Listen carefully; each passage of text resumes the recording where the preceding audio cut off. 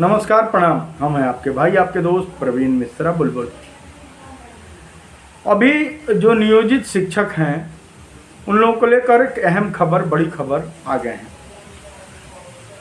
अभी जो नियोजित शिक्षक हैं बड़ी ऊहापोह की स्थिति में हैं, जो लगातार फ़ोन कर रहे हैं, तमाम फ़ोन कॉल्स आ रहे हैं जिनको लेकर अहम कई बातें जो सामने आ रही है, ऊहापोह की स्थिति जो बनी हुई है। कुछ शिक्षक कह रहे हैं, कुछ नियोजित शिक्षक कह रहे हैं कि हम लोग सक्षमता का परीक्षा नहीं देंगे, तो विशिष्ट शिक्षक जो साथी हैं वो कह रहे हैं कि निकाल दिए जाएंगे, हटा दिए जाएंगे, ये कर दिए जाएंगे। कुछ कह रहे हैं कि जहां सक्षमता 3 हो रहा है, 4, 5 हुआ तो पेमेंट बंद हो जाएगा। कुछ लोग कह रहे हैं कि नियोजित शिक्षक का स्थान खत्म कर दिया जाएगा। कुछ लोग कह रहे हैं कि नियोजन इकाई ही भंग हो जाएगा। बातें कुछ ये भी सामने आ रही हैं कि कुछ नियोजित शिक्षक के मित्र दोस्त लोग कह रहे हैं कि पंचायत इकाई, नगर इकाई सब समाप्त होने वाली है, जिसके वजह से यह सक्षमता की परीक्षा हो रही है। तमाम बातें, तमाम लोग, शिक्षक मित्र फ़ोन कर रहे हैं। अभी एक मधुबनी से फ़ोन आया था, एक सहरसा से फ़ोन आया था। मधुबनी से एक मित्र हैं, एक शिक्षक, वो कह रहे थे कि आपका वीडियो देखते हैं, बड़ा अच्छा लगता है। और उनका प्रश्न है कि एक बार सक्षमता 2 का परीक्षा विशिष्ट शिक्षकों के सक्षमता 1 में जो स्कूल के ही लोग हैं, पीयर हुए हैं और पास कर गए, तो उन लोगों के कहने पे सक्षमता का परीक्षा, मामूली परीक्षा दिए और परीक्षा केंद्र पर लेट से पहुँचे। पटना बस कहीं लेट कर दी तो आधा घंटा लेट से पहुँचे। कंप्यूटर ऑन हुआ, कंप्यूटर ऑन होने के बाद कुछ दिक्कतें आ गई, जिसकी वजह से बहुत कम क्वेश्चन ही कर पाए, जिसकी वजह से रिजल्ट वो उनका नहीं निकल पाया। और अब क्या करें? उनके साथ के जो विशिष्ट शिक्षक बन गए हैं, जो मामूली परीक्षा यानी सक्षमता का परीक्षा, जो बिहार के माननीय यशस्वी मुख्यमंत्री जी ने कहा कि मामूली परीक्षा देना होगा, राज्यकर्मी बन जाना होगा, तो मामूली परीक्षा अब दें कि नहीं दें? सक्षमता 3 का फॉर्म नहीं भरे हैं, सक्षमता 4 और सक्षमता 5 में क्या करें, फॉर्म भरें कि नहीं भरें? देखिए, इन सारे सवाल का एक ही जवाब है कि यह जितना सक्षमता विशिष्ट परीक्षा और TRE 1, TRE 2, TRE 1 जो भी ये लेकर आए थे, यह माननीय के पाठक जी लेकर आए थे, जो एक तेज तर्रार IAS ऑफिसर थे। नीतीश कुमार जी, जो सबसे अब तक के पढ़े इंजीनियर मुख्यमंत्री हैं, उन्होंने के पाठक जी को दिल्ली से लेकर आया था और बिहार कैडर में शिक्षा विभाग में ACS का पद दिया था। अपर मुख्य सचिव रहते हुए के पाठक जी ने बड़ी काम किया। काम यह किया कि माननीय जो मुख्यमंत्री जी हैं, उनका योजना आयोग का जो पैसा आता है, उस योजना आयोग के पैसा में से ही शिक्षकों को, राज्य के कर्मचारियों को पैसा दिया जाता है। और यहाँ तक कि जो 5 में जब नीतीश जी मुख्यमंत्री बने थे, तो उस समय ये पंचायत शिक्षक सभी शिक्षा मित्रों को बना दिए थे और पंचायत शिक्षक बनाते हुए 4000 रुपया महीना पर फिक्स हुआ था।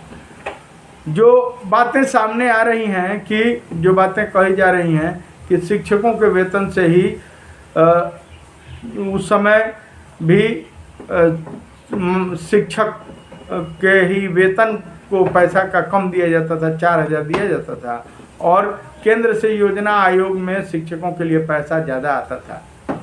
जो कहने वाले हैं, जो वहाँ के सूत्र हैं, यह भी बताते हैं, अब सत्यता क्या है नहीं है, लेकिन हवा में उड़ती खबरें जो आती हैं, जो लोग बता रहे हैं कि उसी पैसा में से शिक्षकों का वेतन मात्र 4000 दिया जाता था और जो पैसा बचता था उसमें मुख्यमंत्री पोशाक योजना, मुख्यमंत्री साइकिल योजना, ये तमाम योजनाएं चलाई जाती थी। खैर, शिक्षा विभाग में ही वो पैसा लगाया जाता था। लेकिन बाद के दिनों में लड़ाई लड़ते लड़ते जो भी नियोजित शिक्षक थे, वो नियोजित शिक्षक 4000 से 6000 पर पहुँचे, 6000 से 9,000 पर पहुँचे, 9,000 से 2015 आते आते और वेतनमान की मांग जो कह रहे थे समान काम समान वेतन, वेतन मांग एक ही मांग वेतनमान। तो उसी समय मांझी जी बैठ गए कुर्सी पर, शायद शिक्षकों के भाग्य भरोसे भाग्य का पिटारा खुलने वाला था। जीतन राम मांझी जी ने घोषणा कर दिया कि वेतनमान दे दिया जाएगा 5200 से 20,200 और यह ग्रेड पे 2000 का उन्होंने स्वीकृत कर दिया, जिनको हड़बड़ दड़बड़ में मुख्यमंत्री जी नीतीश कुमार ने हटवा तो दिया, लेकिन बाद में उन्होंने ही लागू कर दिया और कहा कि हम ही ने दिया है, हम ही सभी शिक्षकों को देंगे।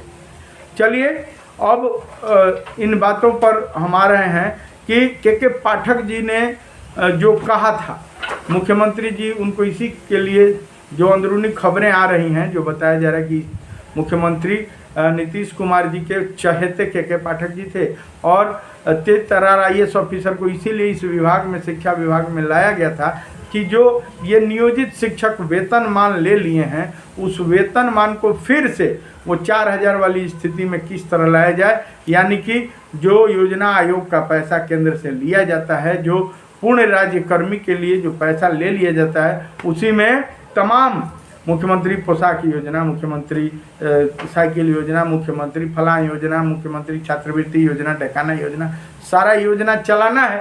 तो उसको लेकर और जो बातें हवा में उड़ती खबरों पर अगर ध्यान दें तो उसी को लेकर एक ये TRE 1 TRE 2 यानी TRE 1 TRE 2 का परीक्षा का आयोजन किया गया। जो बातें सामने आई VC में के पाठक जी ने जो भी ये DO DPO को बुलाया 9 बजे तक, 10 बजे तक, 11 बजे तक, रात के 12 बजे तक ड्यूटी करने के बाद 6 बजे से उस समय प्रेस कॉन्फ्रेंस चलता था और उसमें समझाते थे कि BPSC जो चाइनीज BPSC वाले हैं उनको बहाल किया जाएगा और आप लोग तमाम स्कूलों का निरीक्षण कीजिए, वहाँ जाइए और कहिए जो भी ये चाइनीज वेतन पे ये लोग बहाल हैं BPSC TRE 1 TRE 2, इनको बोलिए वाह तुम्हारा तो ललाट एकदम चमक रहा है, बाप रे तुम लोग तो एकदम गर्दा मचाए हो, बहुत तेज हो, बहुत बहाल हो। और यही होता रहा। जो भी ये DO DPO विद्यालयों में जाते थे निरीक्षण के लिए, उस समय कहते थे BPSC वालों को बुलाते थे और TRE 1 TRE 2 से जो बहाल थे उनको बुलाते थे और अन्य जो पंचायत से शिक्षक थे या निकाय के जो नगर निकाय के शिक्षक थे उनको बुलाते थे। कहते थे जो TRE 1 TRE 2 के जो शिक्षक थे उनको बुलाते, बाप रे बाप तुम्हारा तो एकदम ललाट चमक रहा है, तुम्हारा तो एकदम नाक एकदम लग रहा है कि अथी का तोता का ठोड़ है, बाप रे तुम्हारा तो एकदम 56 इंच का सीना है, तुम तो बहुत टैलेंटेड हो, बहुत आगे जाओगे। यह क्यों कहा गया? अगर बात मानने वालों की बात माने तो जो लोग बता रहे हैं वो कह रहे हैं कि वह इसलिए कहा गया कि जो नियोजित शिक्षक थे वो डेमोरलाइज हो जाए और डेमोरलाइज होकर और तुरंत ये या तो TRE 1 TRE 2 में चले जाएं, 20 साल का जो 15 साल का 18 साल का जो एक्सपीरियंस है, जो ग्रेजुएटी का लाभ है उसको छोड़ दें और यथाशीघ्र TRE 1 TRE 2 का फॉर्म भरकर जल्दी इस नियोजन जैसा घिनौना चीज़ इसको बना दिया जाए कि जल्दी इसको छोड़ कर चले जाएं। चूँकि यह घिनौना चीज़ इसलिए बनाया जाता था कि इसको वेतनमान स्वीकृत कर दिया गया है, इसको ग्रेड पे दे दिया गया है, तो घिनौना चीज़ नहीं बनाया जाएगा, इससे एकदम घिन नहीं दिला दिया जाएगा, तो इसको छोड़ना तो मुश्किल है। क्योंकि अब तो दे दिया गया है, अब तो जीतन राम मांझी जी ने ऐलान कर दिया एक मुख्यमंत्री होकर, तो मुख्यमंत्री जी दिए थे बहुत, लेकिन मुख्यमंत्री जी देते हुए लेकिन जो बातें सामने आई अंदरूनी कि अब इसको वेतनमान को लेने का जो साजिश चल रहा था उसी को लेने के लिए तो लगभग 15-20% तो जो थे वो नियोजित 15 साल 20 साल से रह के और चले गए TRE 1 TRE 2 TRE 3 में अपना सारा लाभ ग्रेजुएटी का छोड़ के, पुराना सर्विस छोड़ के। अब तुरंत सक्षमता का परीक्षा का आयोजन किया गया और नीतीश कुमार जी ने, माननीय मुख्यमंत्री, यशस्वी मुख्यमंत्री, सबसे पढ़े लिखे, सबसे दिमागी मुख्यमंत्री जी ने विशेष आयोजन किया नियुक्ति पत्र वितरण। और नियुक्ति पत्र वितरण समारोह गांधी मैदान में 2 अक्टूबर 2022 को आयोजित की गई और 2023 को आयोजित की गई। और 2 अक्टूबर 2023 के आयोजित उस नियुक्ति पत्र TRE-1 वितरण समारोह में उन्होंने कहा कि सक्षमता का मामूली परीक्षा, जिसका नाम सक्षमता होगा, मामूली परीक्षा क के बाद क्या होता है और उसके बाद ग होता है तो क के बाद ख होता है, यह ऐसा ही परीक्षा आयोजित किया जाएगा और मामूली परीक्षा आयोजित करके सबको राज्यकर्मी बना दिया जाएगा। इधर तमाम विद्यालयों के निरीक्षण के क्रम में DO DPO ने कहा ही था कि बाप रे BPSC वालों का तो एकदम ललाट चमक रहा है, नाक बहुत ये है वो है, बहुत भाग्यमान है, और ऐसे ही डिमोरलाइज किया गया था। राज्यकर्मी बनाने के लिए मामूली परीक्षा नीतीश कुमार जी ने कह दिया। अब धड़ाक धड़ाक सारे लोग राज्यकर्मी बनने के लिए सक्षमता का परीक्षा भर दिए। मार राज्यकर्मी स्थिति यह हो गई कि 1-1 हज़ार के बदले 2-2 हज़ार 1.5 हज़ार साइबर कैफे वाले लोग रुपया लिए फॉर्म भर दिए और उस मामूली परीक्षा के चक्कर में वेतनमान और जो भी ग्रेड पे है वो ये लोग गंवा दिए। लेकिन जाते जाते के पाठक जी ने कई जगह निरीक्षण में एक बात कहा था कि नियोजित शिक्षक जो हैं, यह जो जिसको परीक्षा देना है दे, जिसको परीक्षा नहीं देना है वो नियोजित बना रहे। आपको मैं फिर बता दूं कि नियोजन इकाई एक स्वायत्त संस्थान है। पंचायती राज व्यवस्था केंद्र से गवर्न होती है, इसको कोई ख़त्म नहीं कर सकता, इसका कोई क्षय नहीं कर सकता। आप जब तक नियोजन इकाई के अंदर हैं, आप ग्रेड पे वाले शिक्षक हैं और ये जितनी नई बहालियां हो रही हैं, जितने विशिष्ट शिक्षक यानी नया नौकरी, नया संवर्ग जो सरकार कह रही है, इन सभी संवर्ग से आप उत्तम हैं। उस मधुबनी के जो शिक्षक हैं वो कह रहे हैं कि हमारा कम नंबर आया और हम उत्तीर्ण नहीं हो पाए, तो उनसे भी हम उनका जवाब बता रहे हैं कि अगर आप उत्तीर्ण नहीं हो पाए, लेट से पहुँचे, तो वो जान लीजिए कि भगवान ने, ऊपर वाले ने आपके साथ एक बहुत बड़ा एहसान किया है और आप अभी भी नियोजित बने हुए हैं, तो अभी भी बच जाइए। आप वेतनमान वाले शिक्षक हैं, आप ग्रेड पे वाले शिक्षक हैं। आप अगर नहीं दिए हैं तो के पाठक जी ने कहा था कि नहीं देना है तो मत दीजिए। इस पर एक छोटी सी कहानी अभी आई है कि जो फॉर्म भर रहा है भरे, उसको कौन मना करेगा।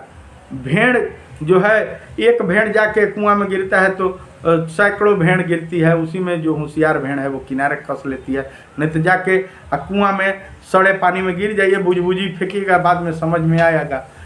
चलिए, अभी एक घटना घटी थी, ठीक उसी प्रकार आप ही के जो मित्र हैं वो फ़ोन किए थे कि हम सक्षमता लेट से पहुँचे, बस लेट हो गए, उत्तीर्ण नहीं हो पाए। सेम वही घटना अभी घटी है गुजरात में, जो प्लेन क्रैश हुआ, उसमें एक महिला जो प्लेन का टिकट कटाई थी, पहली बार अपने हस्बैंड के साथ पास इंग्लैंड जाना चाहती थी, लेकिन प्लेन वो नहीं पकड़ पाई, बस जाम में फंस गया। तमाम लड़ाई झगड़ा करते हुए वो कही कि हम पहली बार हस्बैंड से मिलने जा रहे हैं, इंग्लैंड जा रहे हैं, ये जा रहे हैं।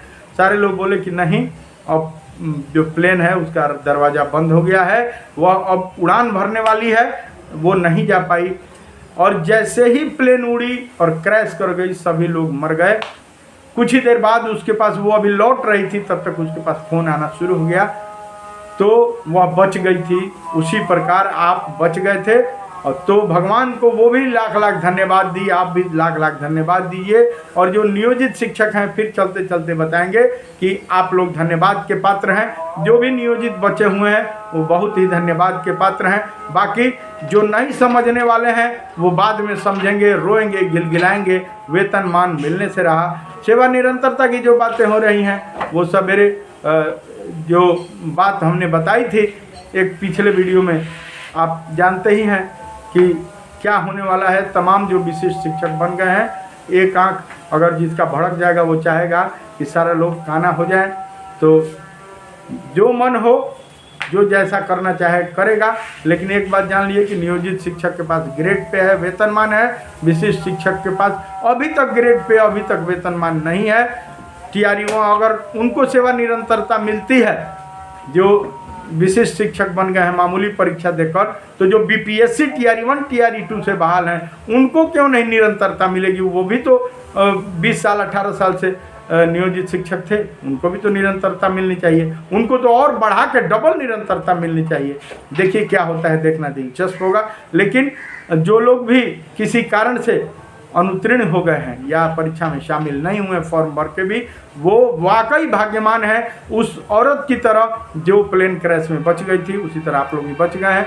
देखिए क्या होता है, कितने लोग फॉर्म भरते हैं, कितने लोग सक्षमता पास करते हैं। एक बात चलते चलते बताएंगे कि जो अभी भी जो अपना ग्रेड पे बरकरार रखे हुए हैं, जो नियोजित हैं, खाँटी अब तक नियोजित बचे हुए हैं, वो धन्यवाद के पात्र हैं, वो सबसे भाग्यमान हैं। और 8वां पे कमीशन जब लगेगा 1/1/2026 को, तो उनका लगभग वेतन 1 लाख रुपया होगा।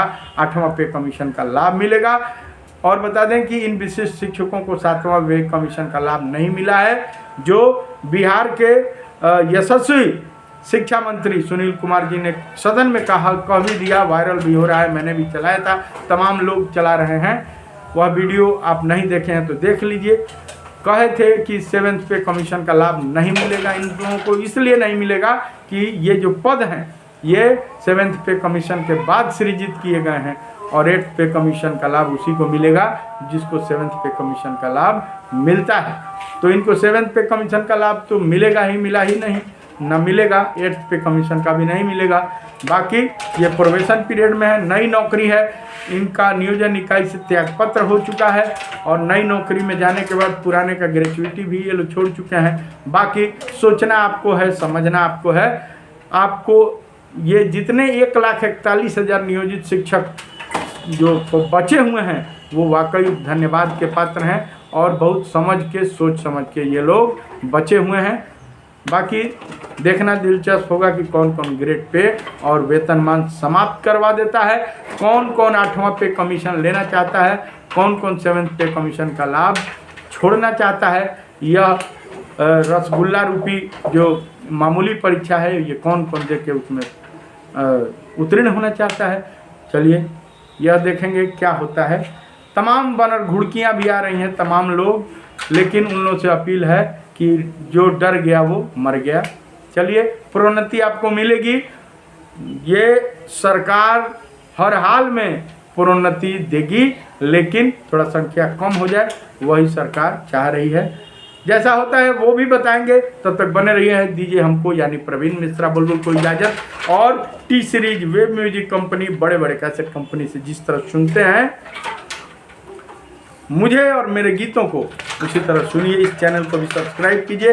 चलते चलते मैं आपको टी सीरीज से जो गीत गाया हूँ, अभी सावन आ गया है, भोलेनाथ का एक गीत है, उसको सुनिए। मैं सुना दे रहा हूँ कि भोले बाबा दरबार बेजोड़बा बेजोड़बा, बम बम जयकारा चारू ओर बा, ओ बम बम जयकारा चारू ओर बा, भोले बाबा के चारू ओर शोरबा, बम बम जयकारा चारू ओर बा, बम बम जयकारा चारू ओर बा, हो बम बम जयकारा चारू ओर बा।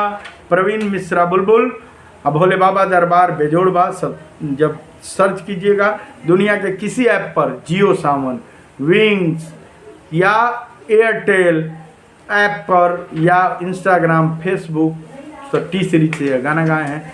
कैसा लगा वह गीत संगीत सुनिए और बाबा के दरबार में जाइए, भोलेनाथ पर खुद को सौंप दीजिए, जो होगा अच्छा होगा। Love you, thank you.